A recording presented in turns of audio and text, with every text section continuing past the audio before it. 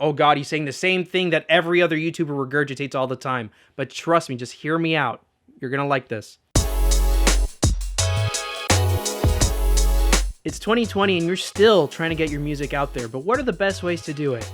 My name is Eddie Madero, also known as Ed Madman, and today I'm going to give you some tips on how to market your music in 2020. In this channel, we're going to cover all kinds of topics to help grow and improve your music career. If that's what you're looking for, make sure to hit the like button, subscribe, and of course the notification bell. I mean, you know how it is. This is YouTube. It's everyone says this.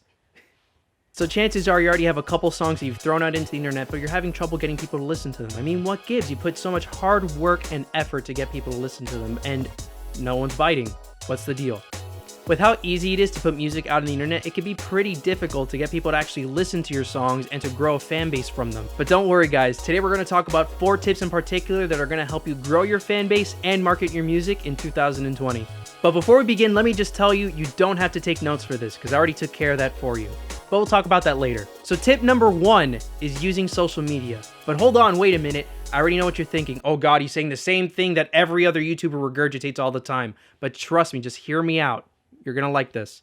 With social media in particular, there are 2 things you need to focus on. Number 1, your content, and number 2, being social. So with your content, you have to make sure that it's good quality, but also a good quantity. Making sure that you have high quality content coming out on a consistent basis. That means photos, videos, stories, polls, questions, anything that you could possibly do to show your fan base that you are alive and active. But the whole thing about social media is that, well, it's social. You always have to make sure that you're replying to every person that comments on your posts as a way of acknowledging and appreciating the fact that they took the time to do it. You should also explore other posts and make your presence known by leaving a genuine comment. And I'm not talking like a nice photo or a nice video because everyone does that and you usually ignore it when you get it. I mean a genuine comment talking about the post and trying to start a conversation with the person. Speaking of social media, that brings me to tip number 2, which is Facebook and or Instagram ads. Now look, ads are used by all types of businesses, but you know why? Because they work.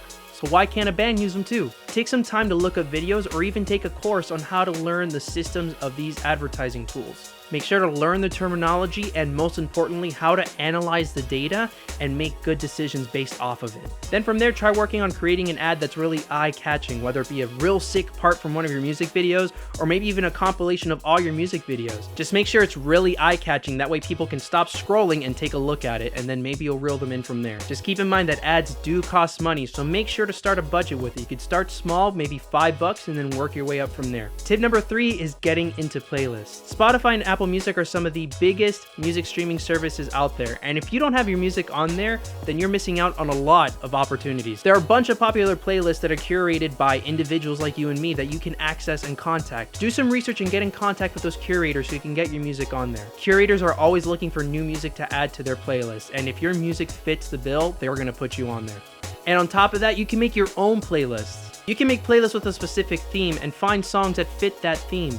And if you have some of your own songs that fit that theme, make sure to add them in there too. Now this last tip is the most important. Tip number 4 is to like and subscribe. No, I'm just kidding guys, but you should definitely go ahead and subscribe anyway. Anyway, tip number 4 is to create an email list. I cannot stress enough how important it is to have an email list in 2020. An email list gives you direct contact with your fans, meaning you don't have to worry about the Facebook or Instagram algorithm turning against you. You can also filter email addresses based off of specific demographics to do some cool stuff. For example, if you have a show coming up, you can set up a filter to send emails to all the people who live X miles from the zip code of the venue, letting them know you have a show coming up. That's insane, and it's super useful.